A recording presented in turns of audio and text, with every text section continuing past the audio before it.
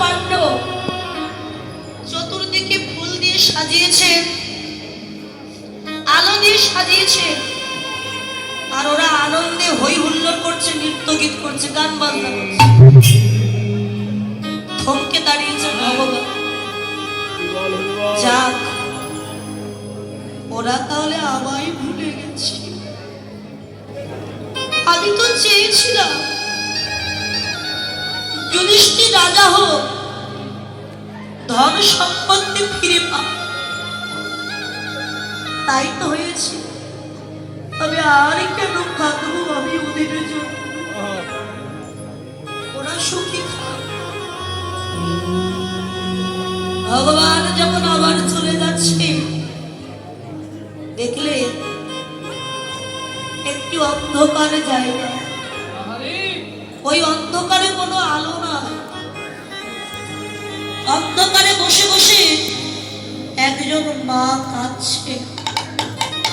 কৃষ্ণ গিয়ে দেখলেন আর কেউ নয়, পঞ্চ পাণ্ডবের মা দেবী কুন্তি বসে বসে কাঁদছে।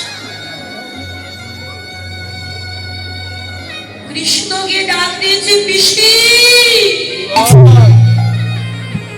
ও পিসি, যার জন্য রাজা ঐশ্বর্য ফিরে পেয়েছে, যার জন্য ওরা ধনী হয়েছে, আজ সেই কৃষ্ণ তোকে ভুলে ওরা কত আনন্দ করেছে। দেখ বাবা, আজকে যার জন্য ওরা সম্পত্তি পেল, আজকে তাকেই ভুলে গিয়ে ওরা কত আনন্দে মেতে আছে। তুমি তো আমায় ভুলোনি পিসি, তুমি যা চাইব তাই দিবি তো বাবা? হ্যাঁ দেব পিসি, তবে মাথায় হাত দিয়েছি পিসি, বলো কি চাও? কৃষ্ণ রে কৃষ্ণ রে, দিতে যদি হয় তবে আমায় একটি ধন দে। ধন যদি আমি যেন জনম জনম কৃষ্ণ বলে আমি কাঁদিতে, আমি জনম কৃষ্ণ বলে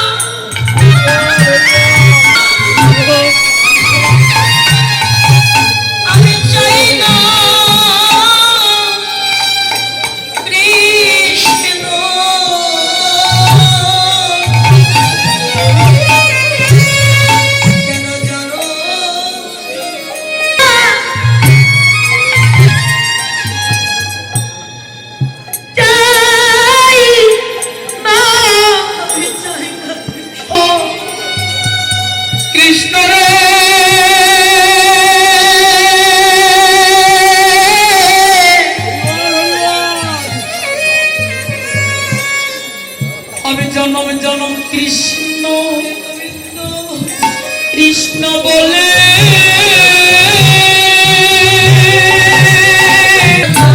কেঁদেছ, আর কত কাঁদবে তুমি পিসি? কৃষ্ণ রে, একটা কথা তুই মনে রাখিস, যেদিন বিবাহের আগে আমার বড় ছেলে কর্ণকে জন্ম দিয়েছিল, তাম্বার হাড়িতে করে জলে ভাসাই দিয়েছিল, ওরে সেদিনই আমি কেঁদেছিলাম। যেদিন আমার স্বামী মহারাজ পাণ্ডু মারা যান, সেদিনই তখন আমার কাছে আমার কৃষ্ণ ছিল, কিন্তু একবার আজ আমার সব হয়েছে, শুধু কৃষ্ণ চরণ ছাড়া হয়ে গেলাম। আমি কৃষ্ণ চরণ ছাড়া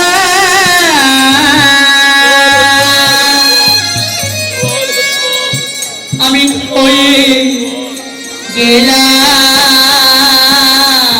কৃষ্ণ চরণ চরণ ছাড়া কৃষ্ণ আমি হয়ে গেলাম। আমি রাজমাতা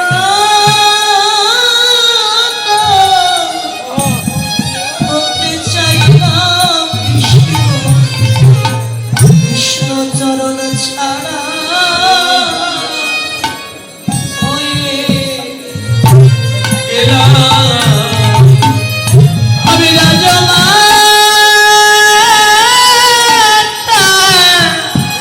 কৃষ্ণ নাম গাইতে পারি। পিসিমা, আজকে কথা দিলাম আমি তোমার মতো এমন করে যদি তো আমায় ডাকতে পারি, আমি জন্ম জন্মান্তরের মতো সেই ভক্তের